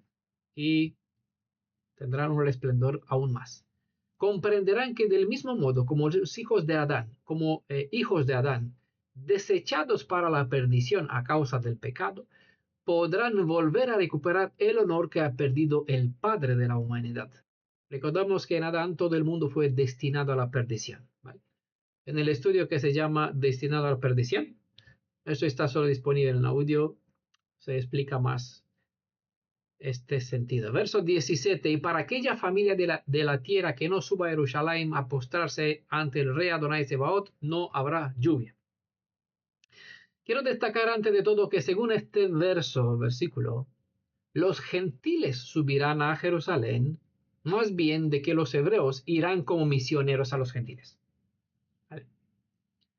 Sobre todo en Isaías capítulo 2, verso 2, se indica que en el día, es decir, tiempos, cuando Jerusalén será sentado como centro del culto de Adonai, dice Isaías 2:2, confluirán a él todas las naciones. No, vamos a ser preparados y enviados de 2 en 2, o de 1 en 1 para predicar en China, en Filipinas. No, ¿vale? Isaías 2:2, Zacarías 14:17, independiente que leen por los escritos de los apóstoles, ¿vale? El que quiere interpretar lo que sea, en la Tanaj se declara que ellos vengan a ti, no tú a ellos. Si buscan la redención en Abraham, tienen disposición, ¿vale?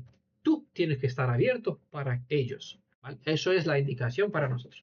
Sí, hay ordenanza como debemos estar aportados a ellos y ordenanza como estar preparados para recibirlos. Y hay indicaciones para ellos, si quieren. Aquí tienen. Tú estés listo para hacer tu trabajo. ¿Vale? Confluirán a él todas las naciones y no que los redimidos irán a predicar a los gentiles. ¿Vale? Resalto el orden de las cosas para que conste por qué nuestro pueblo no es un ministerio misionero. Aquí somos puestos en este mundo para alumbrar. Quien toma este faro como lumbrera no andará en la oscuridad, sino que alcanzará el objetivo hacia cual intenciona dirigirse. Se entiende que en este contexto se refiere a la redención. Se supone que se dirigen hacia la redención. Entonces, encontrará en Israel el ejemplo, el camino, el faro que necesitan para saber. Y lo tendrán como ejemplo. La falta de lluvia era y aún es un símbolo de muerte y desolación como lo que vendrá sobre los pueblos que deliberadamente rechazarán la invitación de subir a Sukkot. ¿Vale? Subir a Jerusalén para celebrar Sukkot es una oportunidad para ellos en encaminarse para salir de vivir de una morada temporal para poder calificarse mediante la obediencia a una vida eterna. ¿Vale? Morada temporal es la vida que tiene aquí como gentiles entre las naciones. Si suben a Jerusalén es una evidencia de una obediencia a la Torá. ¿Vale? Eso corresponde, vimos en el estudio, el derecho a la redención, corresponde al hebreo primero y al gentil después. Hay un mismo camino, hay un mismo trayecto, el que sea que se encamine tendrá vida, ¿vale? Sin dinero, como dice en Apocalipsis, ven y beba gratuitamente. El resultado, de hecho, subir a Sukkot es un acto exterior de una intención hacia una redención personal. Es lo mismo en ese sentido como expresa la Tevilá. Tevilá. ¿Vale? Cuando el que hace la sumersión, ¿vale? Da muestra de algo, ¿vale? Revela una actitud que tiene que ser como señal, ¿vale? Subir a Sukkot es un sello, una marca, califica o separa a las personas que tienen un interés para la redención, para volver a recuperar aquello que ha perdido Adán, o no les importa si perecen a causa por falta de la lluvia. El resultado de este acto de benévola obediencia es ilustrado bajo el término lluvia. Es decir, no carecerán de beneficios. Todo aquel que se dispone a obedecer los órdenes del Elohim viviente, siempre saldrá en provecho, ¿vale? Los que me tienen como amigo en Facebook, si no han leído ya, pueden leer la nota que puso hoy y sabrán, comprenderán. Hay algunas alusiones directas a ciertas personas que están aquí entre nosotros, ¿vale? Y la indicación que está aquí es de la base de esta enseñanza, que lo puse en Facebook también, ¿vale? Adonai nunca queda en deuda con las personas que le obedecen, ¿vale? Aunque él no está obligado a recompensarlo, es el placer de un padre recompensar a un hijo que en obediencia o como siervo inútil, como en la disposición de uno, darle aquello que más necesita, ¿vale? Aunque no está obligado a darle, aunque la persona no le reclama, es la bendición que él quiere ofrecer a todos aquellos que muestran obediencia, obediencia a las condiciones. En este caso, esta será Torah para las naciones, una instrucción para las naciones. El que guarda la Torah siempre obtiene como resultado una bendición, porque la Torah está hecho para traerte, encaminarte y para servirte como señal para separar la luz de la oscuridad, ¿vale? Los que buscan la verdad de los que desean seguir en la mentira. Zacarías 14, verso 18 dice, y la familia de Egipto, si la familia de Egipto no sube ni viene, caerá sobre ella la plaga con que Adonai herirá a las naciones que no suba a celebrar la fiesta de las tiendas, es decir, falta de lluvia. Es decir, parecerá a causa de la falta de lluvia. La falta de esta lluvia es sinónimo de perecer en el pecado, a causa del juicio original, en cual la sentencia para el pecado es la destrucción. Por eso les recomendé el audio, este estudio, que se llama destinados a la perdición, a la destrucción. En este caso, la lluvia es símbolo de la presencia de vida, una disposición de redención al alcance del que muestra obediencia. Evidentemente que aquel que rechaza el regalo del cielo, la lluvia, ¿vale?, o la vida, la redención, elige la muerte. Y esto va a ser tan claro para la suma de las naciones que ellos tendrán que elegir vivir o morir para siempre jamás. ¿Vale? Subes significa que buscas, tienes un interés para ser restaurado, para acercarte a Elohim. No subes significa que no te importa si mueres para siempre. ¿Vale? Entonces la cuestión no es sencilla en este caso, no hay que darle demasiada vuelta. ¿Qué significa lluvia?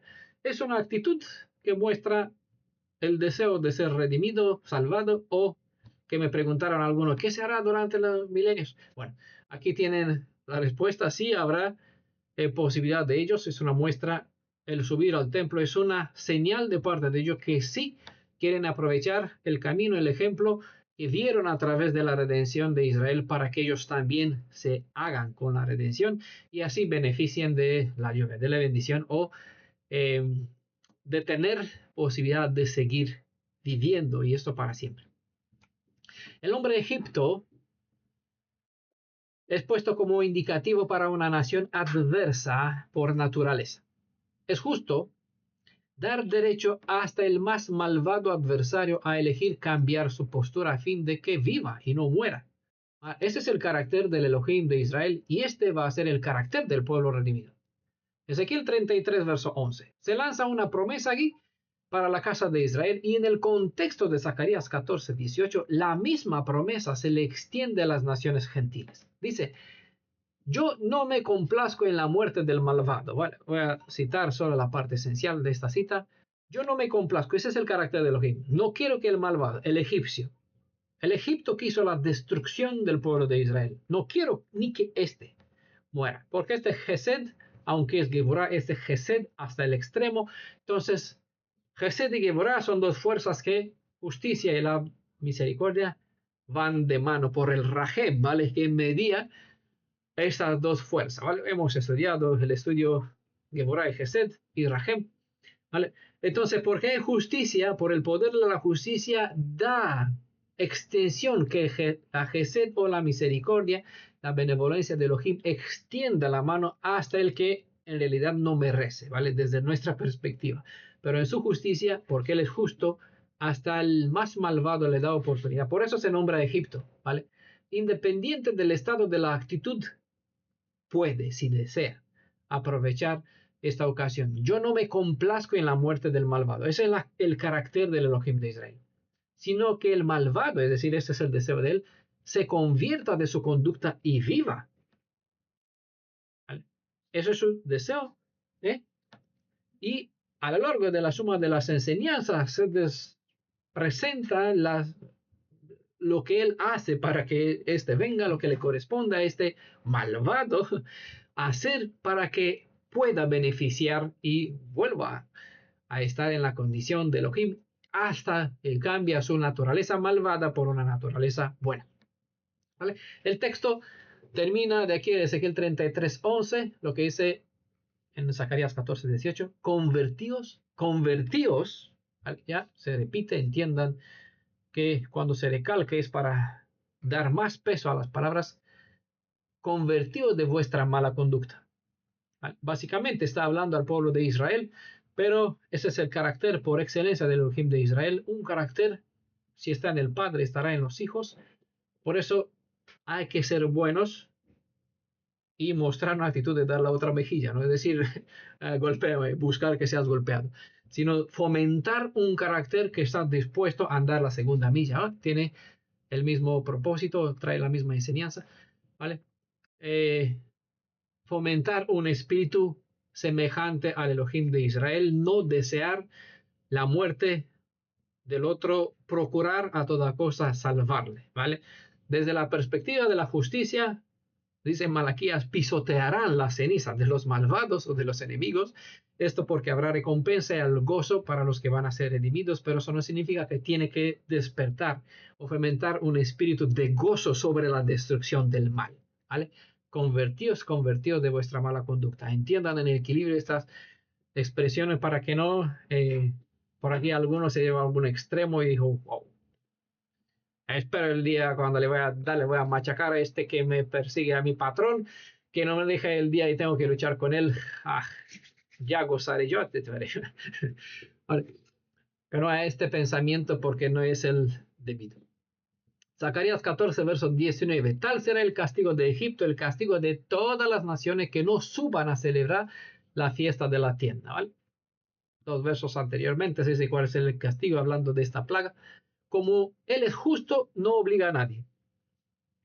No obligó a su pueblo, sino que redimió a aquellos que eligieron y dejó perecer a los que rechazaron la invitación a ser salvos. De la misma manera, la nación gentil que rechazará la vida, es decir, no se subirán para presentar sus respetos en Sukkot, ¿vale? Perecerá a falta de su presencia. Su presencia es igual como decir a falta de la lluvia. No hay lluvia, no hay presencia de Elohim. No hay presencia de Elohim, ¿qué queda? Muerte, de la desolación. ¿Vale? Zacarías 14:20 dice, aquel día se hallará en los cascabeles de los caballos consagrado a Adonai. Había costumbre para poner a los caballos pues distintos ornamentos. ¿Vale? Sobre esos pondrá consagrado a Adonai y serán las ollas en la casa de Adonai como copas de aspersión delante del altar. ¿Vale? El texto declara que los caballos, que son animales de guerra, servirán para fines sagrados. Es decir, que toda cosa que fue diseñada para destruir, lo que es sinónimo de guerra, muerte, perderá su propósito para servir a un otro fin. Como se dice en Isaías capítulo 2, verso 4. Forjarán de sus espadas azadones y de sus lanzas podaderas. De estas que se cortan la viña, los árboles, bueno, tijeras. Me entiendo que son podaderas. Dicho de una otra perspectiva, el texto asegura que la inclinación hacia el mal se tornará en edificar para el bien. Esto no significa que va a ser así, ¿vale? Aquí se dice, o parece que va a ser así. Se asegura como promesa. Tengan en cuenta que eso es como el certificado de boda que el novio entrega a la mujer, pero yo lo tengo que ver a la larga, ¿vale? Entonces, aunque aquí se dice que esto va a ser un hecho, ¿vale?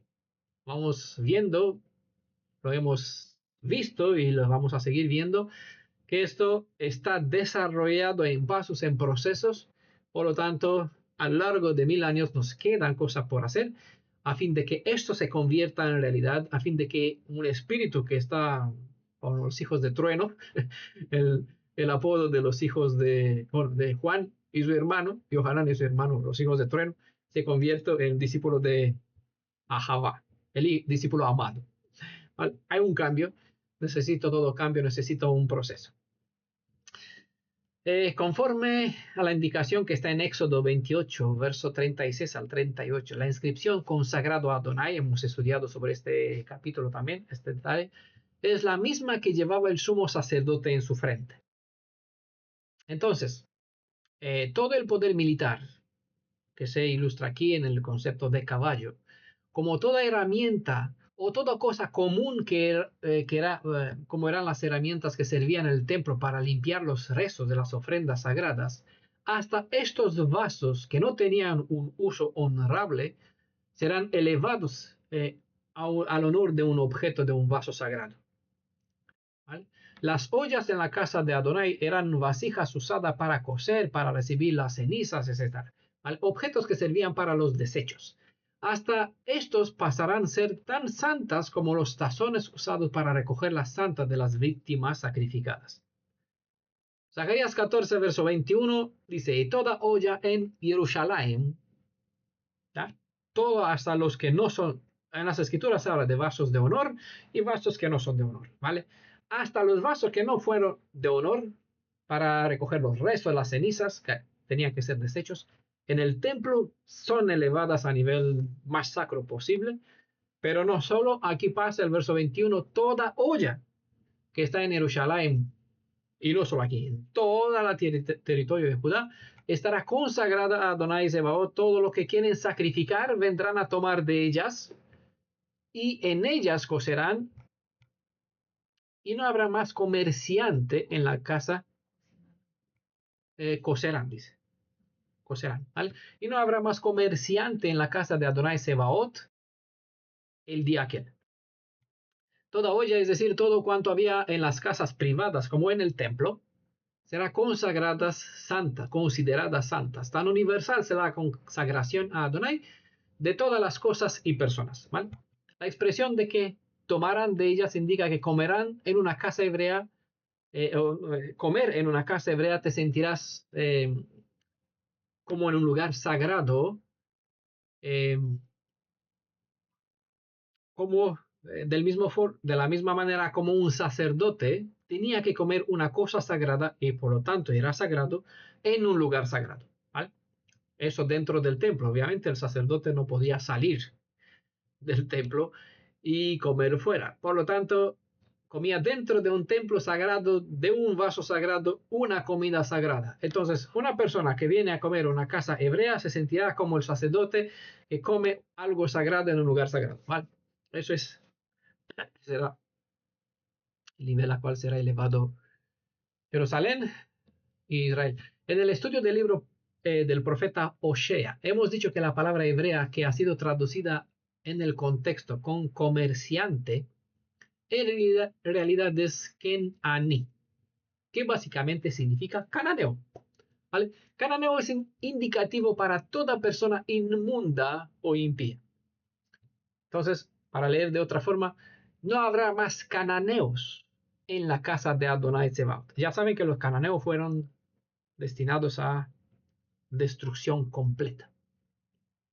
Pero el pueblo no cumplió con su función. Aquí se indica eso ya no va a ser más así.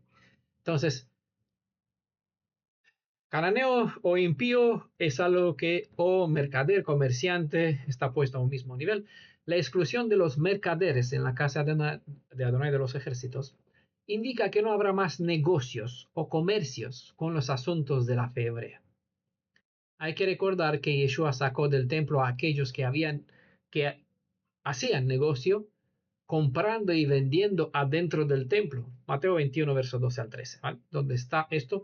¿Creen que yo no tengo derecho a reclamar pago? ¿Vale? Esto, por el trabajo que brindo en medio de este pueblo. Sí que la Torah me regala este derecho, pero no por nada y no por casualidad que todo el material que he dispuesto es totalmente a la libertad de elegir de todo aquel que desea escuchar, como aquí, que esto es gratis, entran aquí sin pagar nada, ¿vale? O leer. Por eso 200, 300 PDF que están dispuestos están totalmente libres, gratis, ¿vale? No se requiere, no se reclama, ni siquiera se daca. Por él, este mundo de la fe está repleto de gente que cobran por sus libros o estudios o enseñanzas, bueno, en general. Ahora, tendrán una explicación más de la razón por cual esta casa de estudio, mi Redentor es Yeshua, este centro de estudio, ni pide ni reclama ni siquiera aquello que la Torah dispone en mérito. Citas como Isaías 35, verso 8, Isaías 52, verso 1, Joel 3, verso 17. Bueno, deja evidente que nada que no sea justa a las leyes de pureza transitará más la tierra de los redimidos de Israel. En el libro de Nehemías, en el capítulo 13, se revela la actitud de santidad de Nehemías, ¿vale? Donde se describe el celo que éste tenía por la santidad del templo de Adonai. Nehemías sacó, se describe aquí en capítulo 13, sacó fuera del templo toda cosa que pertenecía a una persona que no se consagró al servicio del Elohim de Israel. De modo que tanto él como sus pertenencias impuras, pues, fueron botadas de los atrios sagrados fuera. ¿Vale? Por eso, lo que sucederá se ilustra para que entiendan cómo. Pues miren el caso de aquí en Nehemías 13, verso 3, capítulo 13. En Oseas capítulo 12, verso 7 se recuerda que incluso Israel fue un mercader, es decir, un cananeo. Mientras que en Sofonías capítulo 1, verso 11 se declara que la sentencia para los mercaderes o los cananeos, es decir, aquellos que tienen un espíritu inmundo, independiente que es uno hebreo o gentil, si tienen la actitud de mercader, que vende negocio, o el que sea que compra, el que compra, ¿vale? Un hebreo que se va a comprar enseñanza pagando a otro por la enseñanza, o uno que enseña a cambio de este, que todos entienden este lenguaje. ¿Ah? Money, money. Sofonías 1:11 declara que será exterminado de en medio de Israel. Estas tres evidencias, o sea, 12:7, Sofonías 1:17 y Zacarías, último verso del último capítulo,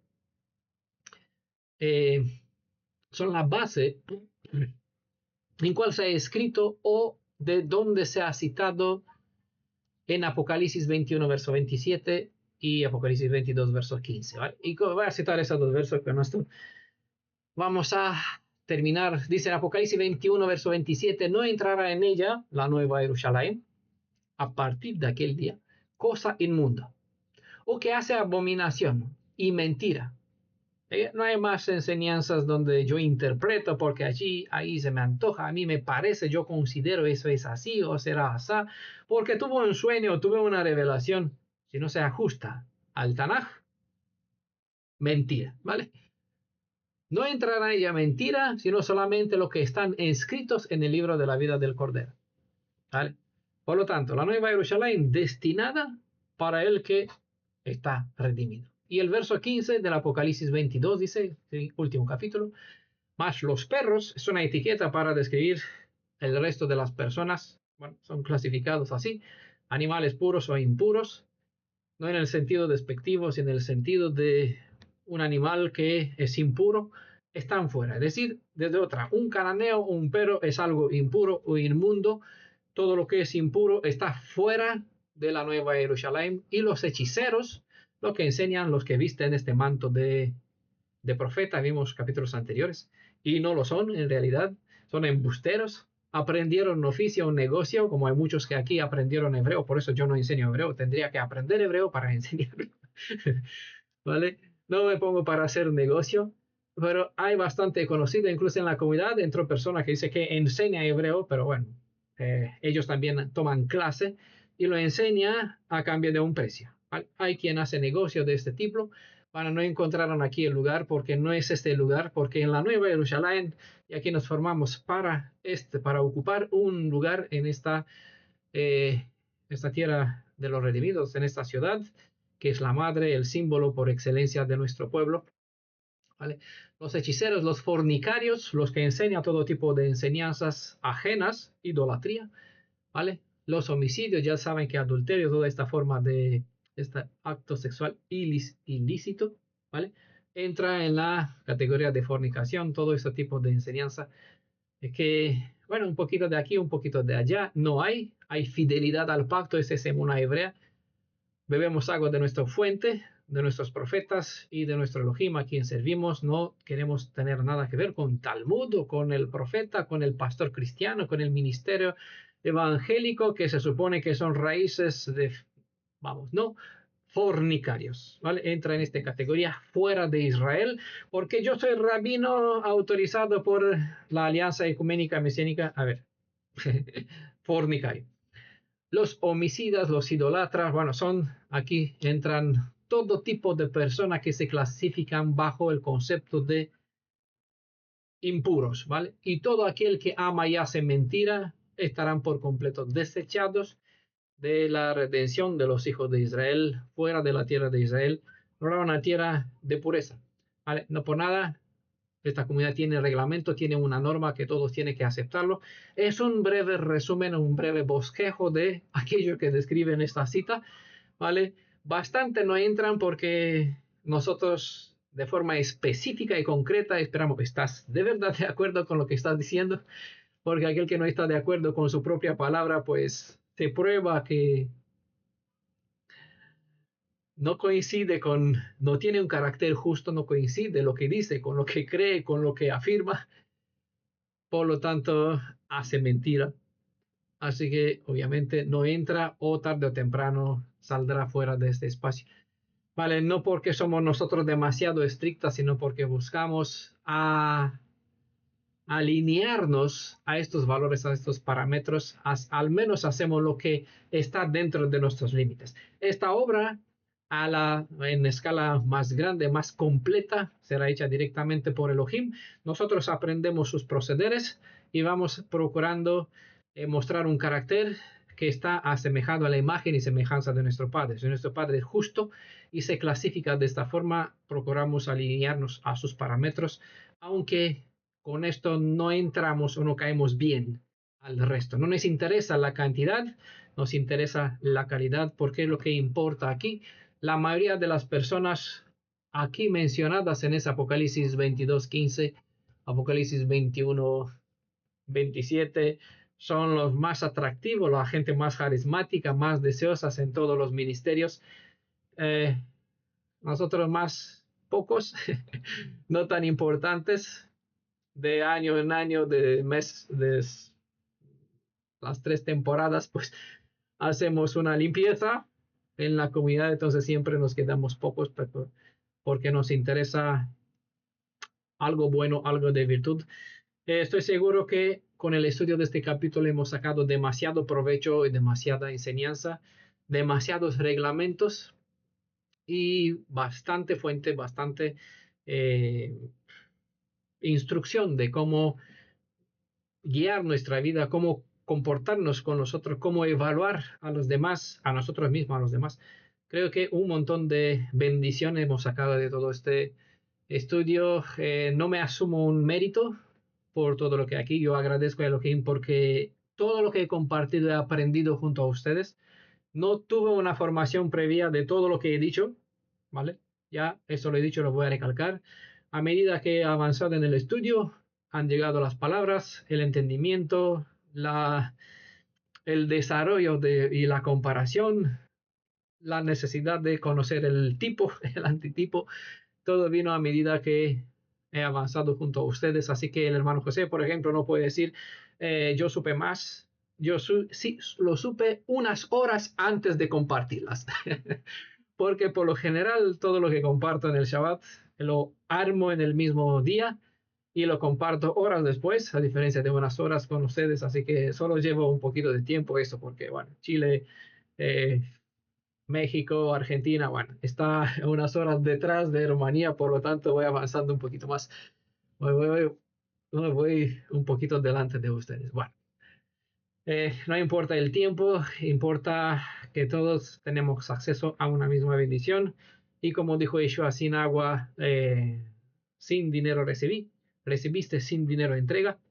Todo el que quiere pueda beneficiar de esos estudios. Yo les entregué en la forma más regalada posible, más que eso no puedo hacer. Ahora depende de ustedes qué harán con la información que han recibido de todos estos 14 capítulos. Estoy gozando, los testifico, no lo he dicho, pero estoy gozando a ver los frutos de algunos de ustedes que toman lo que he compartido y disfrutan del gozo que yo disfruté a su debido tiempo. Ellos no saben que yo ya gocé de estas cosas y ellos gozan al compartir de esas publicaciones, de esos estudios, pues disfrutan o comparten el mismo sentimiento que yo compartí. Me gozo con ellos nuevamente porque me recuerda el tiempo cuando yo actué, cuando compartí todos esos detalles que muchos de ustedes comparten y noto el sentimiento de alegría, de gozo, más cuando ven que esto produce frutos, lleva trayendo una nueva persona a la comunidad.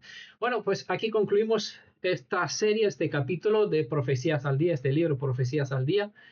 Estamos siempre dispuestos delante de Adonai, sé que nos escucha para darnos más, abriéndonos puerta a algún otro estudio. Tenemos delante de nosotros la serie para completar la serie también, de todas las 22 letras, y vamos a continuar con ellas mientras que Adonai pues nos da otro tema, otra presentación, otra cosa necesaria para nuestro estudio, pues vamos a dedicar tiempo. ¿Vale? Bueno, con la bendición del Elohim de Israel, que tengan todos un Shabbat Shalom a continuación. Shabbat a todos los demás que nos escuchan por la red de los estudios. Espero que sigan permaneciendo en este canal y que compartan del canal en defensa de la verdad hebrea, sea donde sea que pueda. ¿Vale? Ahora os dejo el micrófono a ustedes para que expresen, vale, ahora al presenciar todo este estudio, que el sentimiento que tiene, ¿vale? Shalom a todos, vale.